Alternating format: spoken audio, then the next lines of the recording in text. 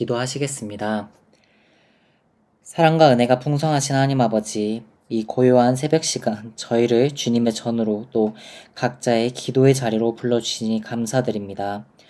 밤사이 우리를 눈동자같이 지켜주시고 새날의 생명을 허락하여 주셨으니 오늘 하루도 오직 주님만을 의지하며 시작하기를 원합니다. 이 시간 주의 귀한 백성들이 세상의 무거운 짐과 걱정을 잠시 내려놓고 주님의 말씀 앞에 섭니다. 인생의 고비마다 우리를 인도하셨던 주님, 오늘 이 새벽에도 선포되어지는 말씀이 우리 영혼의 단비가 되게 하여 주시옵소서.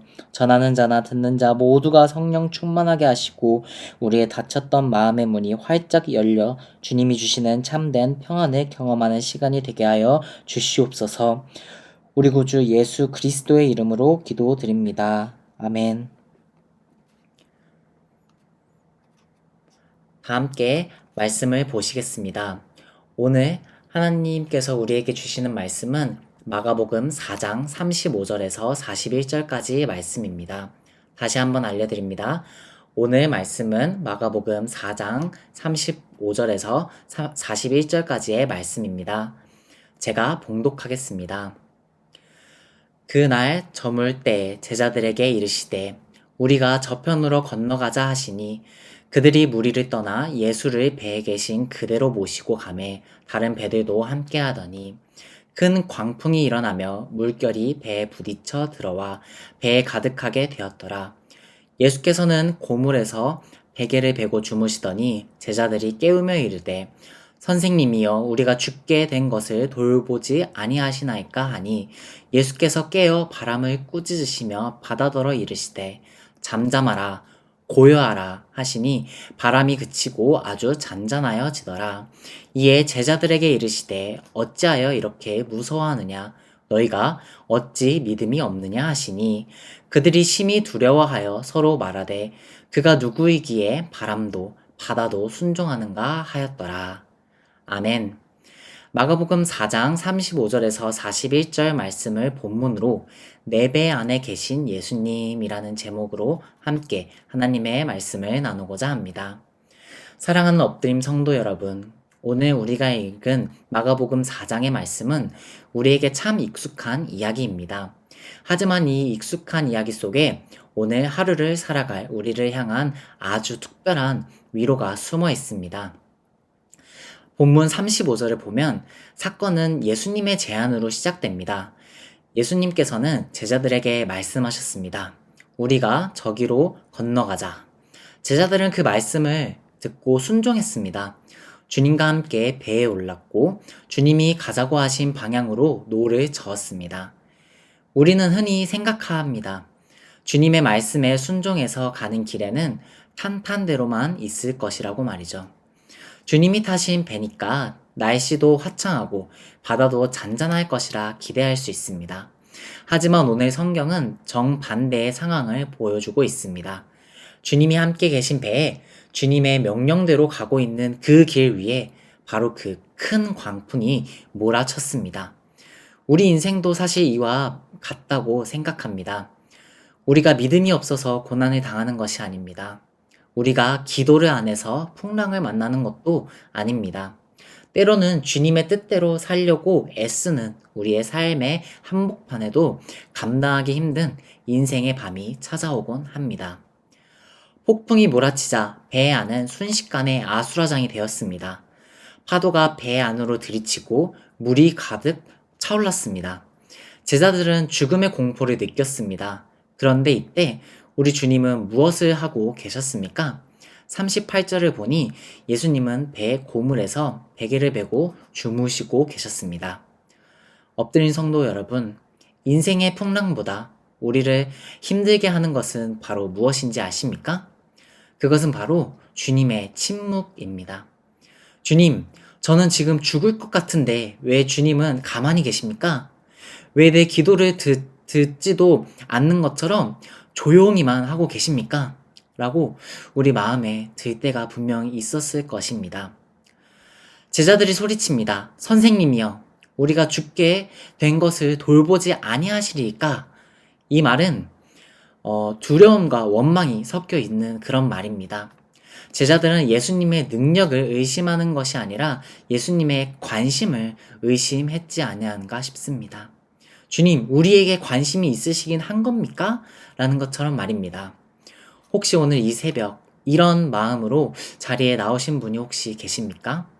내 몸은 아프고 인생의 문제는 풀리지 않고 앞날은 막막한데 주님은 마치 주무시는 것처럼 느껴져 마음이 답답한 분이 계시다면 오늘 이 제자들의 부르짖음에 귀를 기울여 보시기 바랍니다. 드디어 예수님이 일어나셨습니다. 그리고 하신 일은 제자들과 함께 물을 퍼내는 것이 아니었습니다. 39절입니다. 예수께서 깨어 바람을 꾸짖으시며 바다더러 이르시되 잠잠하라 고요하라 하시니 바람이 그치고 아주 잔잔하여지더라. 아멘. 예수님의 한마디에 상황은 바로 종료되었습니다. 조금 전까지 배를 집어삼킬 듯 달려들었던 파도가 그 발치 앞에 납작 엎드렸습니다. 여기서 우리는 중요한 진리를 발견합니다. 풍랑은 제자들을 위협했지만 그 풍랑조차 예수님의 통제 아래 있었다는 사실입니다. 예수님은 풍랑보다도 크신 분이십니다. 우리가 마주한 질병보다, 우리가 겪는 물질의 어려움보다도, 우리가 밤낮 설치며 고민하는 그 문제보다 우리 주님은 훨씬 더 크신 분이십니다. 주님이 일어나 말씀 한마디만 하시면 우리 인생의 그 어떤 거친 파도도 즉시 고요해질 줄 믿습니다. 주님은 제자들에게 물으셨습니다. 어찌하여 이렇게 무서워하느냐? 너희가 어찌 믿음이 없느냐? 이 질문은 왜 풍랑을 무서워하느냐란 뜻이 아닙니다. 내가 이 배에 함께 있는데 왜 나를 신뢰하지 못하느냐라는 사랑 섞인 책망이지 아니하였을까 싶습니다. 말씀을 맺겠습니다. 사랑하는 엎드림 성도 여러분, 오늘 우리가 탄 배는 안전합니까?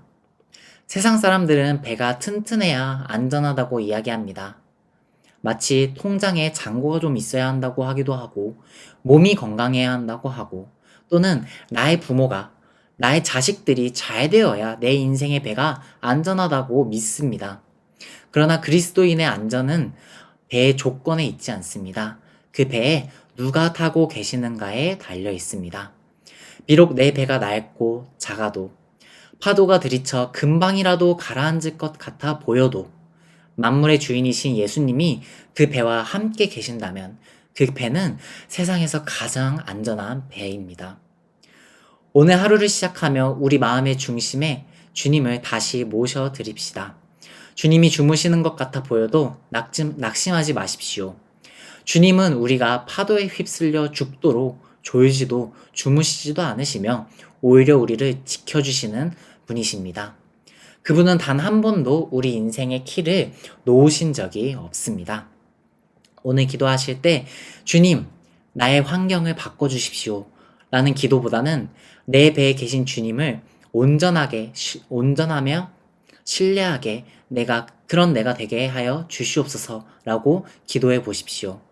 풍랑 너머에 계신 주님의 평강이 여러분의 마음과 생각을 지켜주실 것이라고 믿습니다. 풍랑 속에서도 고요한 은혜를 누리는 복된 엎드림 성도님들이 되시기를 주님의 이름으로 간절히 축복합니다. 기도하시겠습니다. 풍랑 위를 걸으시며 내니 두려워하지 말라 말씀하시는 주님, 오늘 주신 귀한 말씀을 우리의 마음속에 새기기를 원합니다. 우리는 때로 인생의 거친 파도 앞에서 떨며 주님이 주무시는 것 같다고 원망하고 낙심할 때가 많이 있었습니다. 주님, 우리의 연약한 믿음을 용서하여 주시옵소서. 풍랑이 무서운 것이 아니라 내 배에 주님이 계신다는 그 사실을 잊어버리는 것이 가장 큰 위기임을 깨닫게 하시니 정말 감사합니다. 이제 우리가 세상으로 나아가려고 합니다. 오늘 어떤 비바람이 불어올지 우리는 알 수 없지만 만물의 주인이신 예수님이 우리와 함께 배를 타고 계심을 믿고 담대히 나아가게 도와주시옵소서. 우리 입술에 원망 대신 잠잠하라 고요하라 말씀하시는 주님을 향한 찬양이 터져나오게 하여 주시옵소서. 우리의 인생의 참된 주인이신 예수 그리스도의 이름으로 간절히 기도드립니다. 아멘.